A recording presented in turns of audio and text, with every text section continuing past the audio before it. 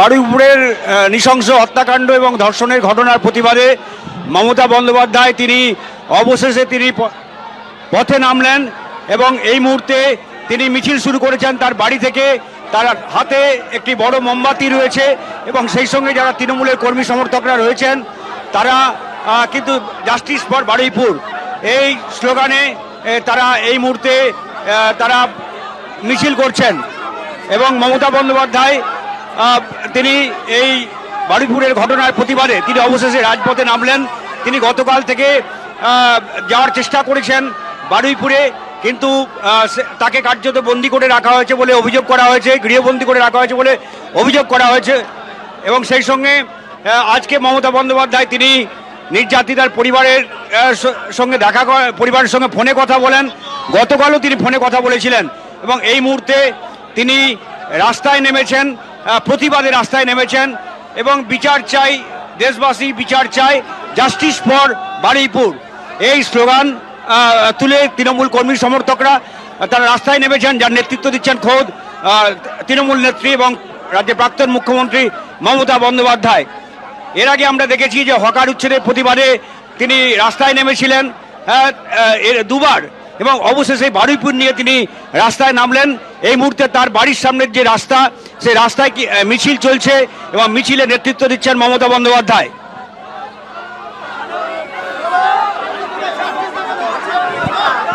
দেখতে পাচ্ছেন এই মুহূর্তে মমতা বন্দ্যোপাধ্যায় তিনি মোমবাতি হাতে বেরিয়েছেন, মোমবাতি মিছিল করছেন। মমতা বন্দ্যোপাধ্যায়ের সঙ্গে রয়েছেন দোলা সেন, ডেরেক ওব্রায়েনরা। বারুইপুর কাণ্ডের প্রতিবাদে মোমবাতি মিছিল মমতা বন্দ্যোপাধ্যায়ের। এর আগেও তিনি নির্যাতিতার পরিবারের সঙ্গে কথা বলেছেন টেলিফোনে এবং তিনি বলেছিলেন যে তিনি তার পরিবারের সঙ্গে দেখা করতে যান, কিন্তু তাকে নজরবন্দি করে রাখা হয়েছে বলে অভিযোগ করেছেন প্রাক্তন মুখ্যমন্ত্রী। আর বারুইপুর কাণ্ডের প্রতিবাদে এবার তিনি পথে নামলেন। আশাবুল হোসেন সরাসরি আমাদের সঙ্গে রয়েছেন। আশাবুল, একেবারে মমতা বন্দ্যোপাধ্যায় গতকাল থেকেই তার পরিবারের সঙ্গে যোগাযোগ রেখেছেন। দুবার তিনি ফোনে পরিবারের সঙ্গে কথা বলেছেন। গতকাল তিনি ফোনে কথা বলেছিলেন, অভিষেক বন্দ্যোপাধ্যায় রাত্রিরে কথা বলেন এবং আজকেও মমতা বন্দ্যোপাধ্যায় তিনি কথা বলেন এবং তিনি তার বাড়িতে যেতে চেয়েছিলেন, কিন্তু গতকালই পুলিশ কার্যত তাকে তার বাড়ির চতুর্দিকে ঘিরে ফেলে, এই গলিতে রুটমার্চ হয়। ফলে মমতা বন্দ্যোপাধ্যায় অভিযোগ করেন যে তাকে কার্যত হাউস অ্যারেস্ট করে রাখা হয়েছে, তাই তিনি যেতে পারছেন না। অবশেষে আজকে তিনি পথে নামলেন এই ঘটনার প্রতিবাদে এবং হাতে মোমবাতি নিয়ে মোমবাতি মিছিল তিনি নেতৃত্ব দিচ্ছেন এবং সেই সঙ্গে তৃণমূলের কর্মী সমর্থকরা যারা তার বাড়িতে এসেছিলেন তাদেরকে নিয়ে তিনি এই মিছিলে নেমেছেন এবং মিছিলের মূল স্লোগান জাস্টিস ফর বারুইপুর এবং রাজ্য দেশবাসী বারুইপুরের ঘটনার তারা প্রতিবাদ করছে এবং তারা বিচার চাইছে। এটাই মমতা বন্দ্যোপাধ্যায় এই জাস্টিস ফর বারুইপুর এই দাবি নিয়েই তিনি রাস্তায় নেমেছেন। নির্বাচনের পরে পরপর দুবার রাস্তায় নামতে আমরা দেখেছি মমতা বন্দ্যোপাধ্যায়কে এবং সেটা হকার উচ্ছেদের প্রতিবাদে তিনি রাস্তায় নেমেছেন এবং আজকে তিনি রাস্তায় নেমেছেন বারুইপুরের ঘটনার প্রতিবাদে। এর আগে কিছুক্ষণ আগে মমতা বন্দ্যোপাধ্যায় 4 জনের একটি প্রতিনিধি দলকে তিনি বারুইপুরে পাঠিয়েছিলেন, যার মধ্যে ছিলেন দোলা সেন, 2 সাংসদ, প্রতিমা মণ্ডল এবং ডেরেক ওব্রায়েন 3 সাংসদকে তিনি এবং শোভনদেব এবং বিমান বন্দ্যোপাধ্যায়কে তিনি পাঠিয়েছিলেন সেখানকার বিধায়ককে এবং তারা এসে মমতা বন্দ্যোপাধ্যায়কে তারা রিপোর্ট দিয়েছেন এবং এই রিপোর্ট দেওয়ার পরে মমতা বন্দ্যোপাধ্যায় এই মুহূর্তে তিনি রাজপথে নেমেছেন। তুমি দেখেছো যে বরাবরই মমতা বন্দ্যোপাধ্যায় তিনি একটা প্রতিবাদী চরিত্র, প্রতিবাদী নেত্রী বলেই তিনি পরিচিত। ফলে খুব স্বাভাবিক ব্যাপার যে বারুইপুরের মতো যেখানে নৃশংস হত্যাকাণ্ড ধর্ষণের ঘটনা ঘটেছে এবং এই ঘটনা ইতিমধ্যেই 3 জনকে গ্রেপ্তার করা হয়েছে। আগামীকাল মুখ্যমন্ত্রী শুভেন্দু অধিকারী সেখানে যাবেন বলে তিনি ঘোষণা করেছেন। ফলে তার আগে মমতা বন্দ্যোপাধ্যায় তার প্রতিনিধি দলকে সেখানে পাঠিয়েছেন। তিনি বা অভিষেক বন্দ্যোপাধ্যায় এখনও সেখানে পৌঁছতে পারেননি, কিন্তু কলকাতার রাজপথে তিনি নামলেন। এই মুহূর্তে তার সেই প্রতিবাদ মিছিল তার যে বাড়ির এলাকা, সেই এলাকা ছাড়িয়ে সামনের দিকে এগিয়ে যাচ্ছে এবং তৃণমূল কর্মী সমর্থক তাদের হাতে হাতে মোমবাতি, এই মোমবাতি মিছিল নিয়ে তিনি প্রতিবাদ করছেন। গণতান্ত্রিক প্রতিবাদ, শান্তিপূর্ণ প্রতিবাদের পথেই তিনি হাঁটতে চান। এই মোমবাতি মিছিলের মধ্য দিয়ে সেই বার্তায় মমতা বন্দ্যোপাধ্যায় দিচ্ছেন এবং আমরা দেখতে পাচ্ছি যে মমতা বন্দ্যোপাধ্যায়ের গলির বাইরে যারা বেরোতে না পারেন ইতিমধ্যেই কিন্তু ঘিরে ফেলা হয়েছে, গলির সামনেটা পুরো ব্যারিকেড দিয়ে ঘিরে ফেলা হয়েছে যাতে তিনি গলির রাস্তা দিয়ে বেরোতে না পারেন এবং মহিলা পুলিশ এবং র্যাব সমস্ত বাহিনী কিন্তু ঘিরে ফেলেছে। বাহিনী চতুর্দিক থেকে ঘিরে ফেলেছে, তারা কিছুতেই বেরোতে দিচ্ছে না মমতা বন্দ্যোপাধ্যায়কে গলির বাইরে তারা বেরোতে দিচ্ছেন না। প্রচুর মহিলা পুলিশ কেন্দ্রীয় বাহিনী এখানে মোতায়েন করা হয়েছে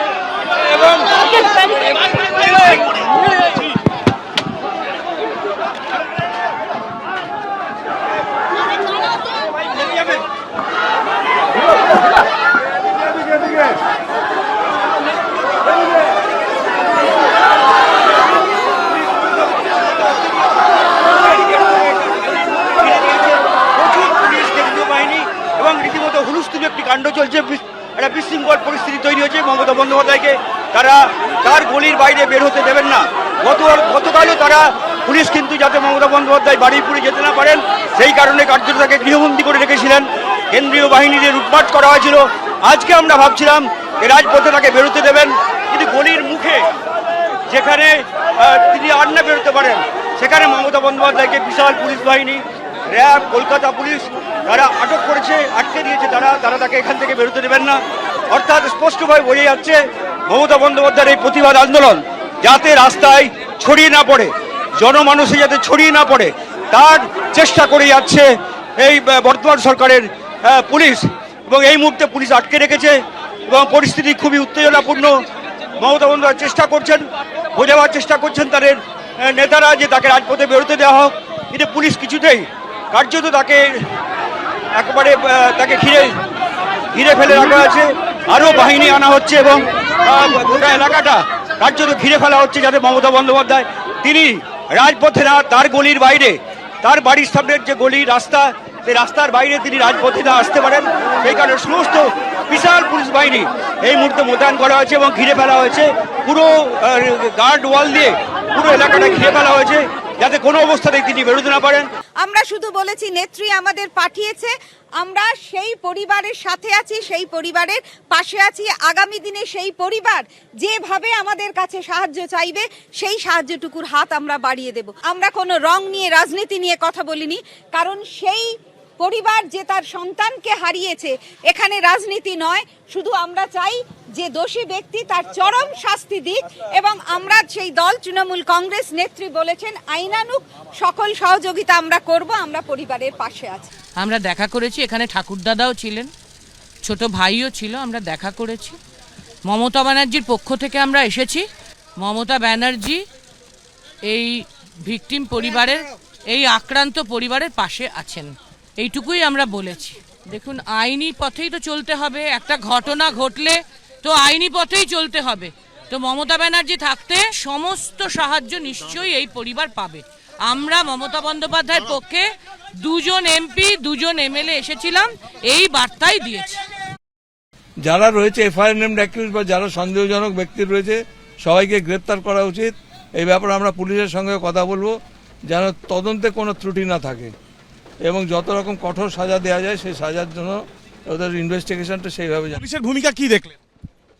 পুলিশের ভূমিকা তদন্ত হচ্ছে, এখন এর বেশি আর কি বলবো। এখন প্রত্যেকটা রাস্তাতে প্রত্যেকটা পয়েন্টে আমাদের আটকানো হয়েছিল এবং ওরা খোঁজে করে দেখছিল যে মমতা ব্যানার্জি আছে কিনা গাড়িতে, তারপর গাড়ি চেক করে তারপরে আমাদের ছেড়েছে। এমন নয় যে আমরা খুব স্মুথলি আসতে পেরেছি, নট দ্যাট। এবিপি আনন্দ এগিয়ে থাকে, এগিয়ে রাখে।